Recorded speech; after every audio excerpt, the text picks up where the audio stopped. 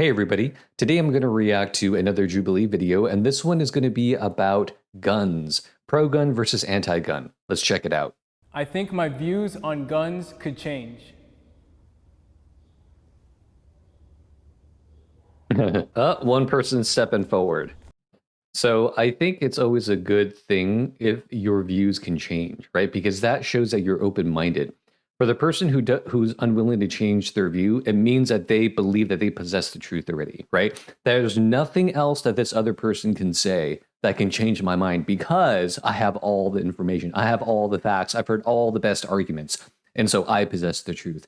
So anyone else who disagrees with me obviously does not possess the truth. Oh, I feel like anyone's views can change on things. So I'm kind of surprised that nobody felt like it could change at all. I don't think that I could change completely to like the other side, but I would definitely be open to like looking at it from a different perspective.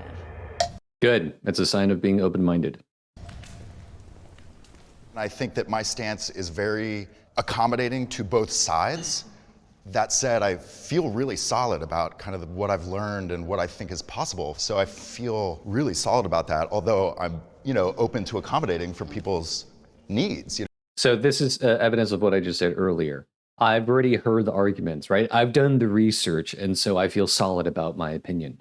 The area that I grew up in and where I come from, a lot of you may not be able to understand that sometimes a gun is the only way to protect yourself. I mean, I can totally understand that you feel the need to protect yourself and your family, right? And if other people around you have guns, and that puts pressure on you to own a gun too, right? Because then you're leveling the playing field. You don't want to be the only one who doesn't have a gun.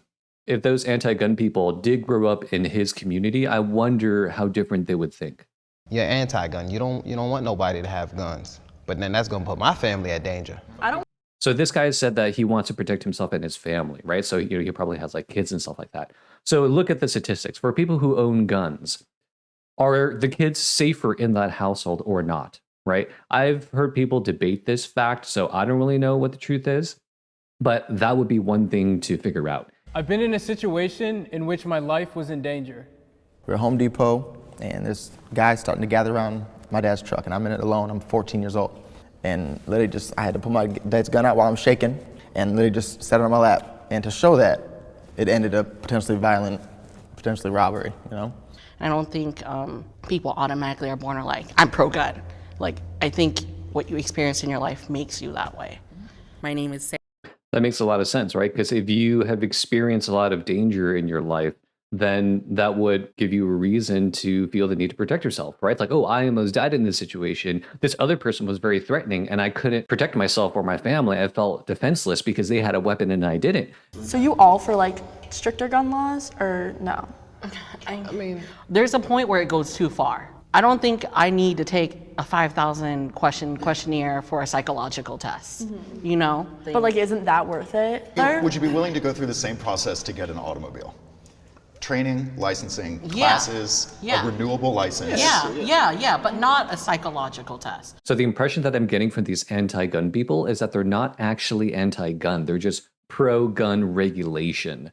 So I guess this debate then is less about whether or not people should have guns to begin with and more about how do we make our communities safer while still allowing people the right to defend themselves. I don't want to have guns in my club. I don't want to. I want to be there to dance. I don't want to have a firearm on my leg and But we be with live in a friends. society that. So you rather can't just we- not but have a we're- gun? I don't think we But can can't we- retract from that, though. Yes, we can. We can because other countries have done that. Yeah, That's but right. you're.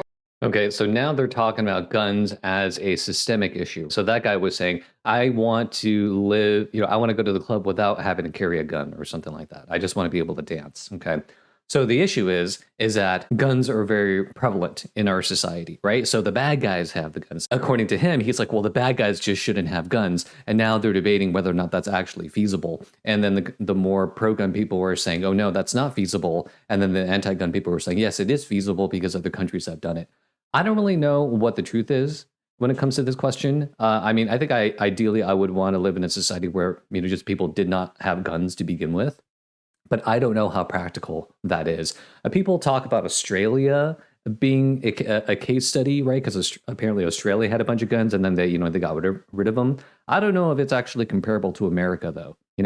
Educated people need to sit down, come together, and talk about things. You guys have something to say, and we said it, and we accept all of each other's views. Yeah, I completely agree. I think it's very important to have these type of dialogues with people who disagree with you, right? Or else there is no mutual understanding, right? And you want to be able to understand the other side, not only because you're more likely to see them as a human being, but also because you might actually change your mind because maybe there's an argument out there that you haven't heard before. All right, so here's some final thoughts. The first is that I think it's important to separate two different issues, okay? So one issue is whether or not people have a right to own guns. Okay, so that is a debate about rights. The other issue is the empirical debate, which is whether or not having guns in society actually makes you safer, or whether or not you having a gun makes you and your family safer. Okay, and that's for sociologists and scientists to determine. And depending on what you value, those two things are not necessarily connected, right? So if you are a staunch a rights person, like this is just my right, you could actually think that it doesn't matter that guns make people less safe or make society in general less safe, right? You could think that if you just focus on rights. Likewise, if you just care about societal safety and people's safety and well-being, you could really not, you could really kind of reject the rights argument, right? Because it just comes down to the consequences. You can think of it as a utilitarian. Overall, does a society that has easy access to guns increase people's happiness? Right? Or does it decrease people's happiness? One question that I had was how much this situation resembles a prisoner's dilemma. So for those of you who don't know, a prisoner's dilemma is when you have two people who, when acting selfishly and rationally, will choose a particular action, but when they both do that, it leads to a worse outcome for both. In the case for guns, it may be the case that individually, like me as a citizen, it makes perfect sense for me to own a gun because the bad guy might have a gun. Right? And I don't want to be defenseless or less able to protect myself. So if the bad guy has a gun, I want a gun. If the bad guy doesn't have a gun, I still want a gun. Right? So rationally, it is in my self-interest to own a gun. And every individual citizen has that same logic. Right? Doesn't matter what the other person has. It makes sense for me to have the gun. So then what happens is that you have a bunch of people who own guns.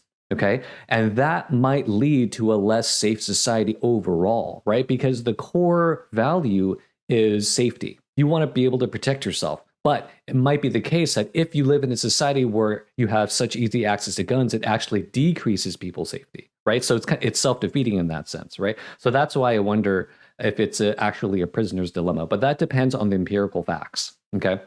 And again, I don't know what the answer to that is because I don't do that type of research. Well, I'm going to end it here. I hope you found it interesting, and I will see you all next time.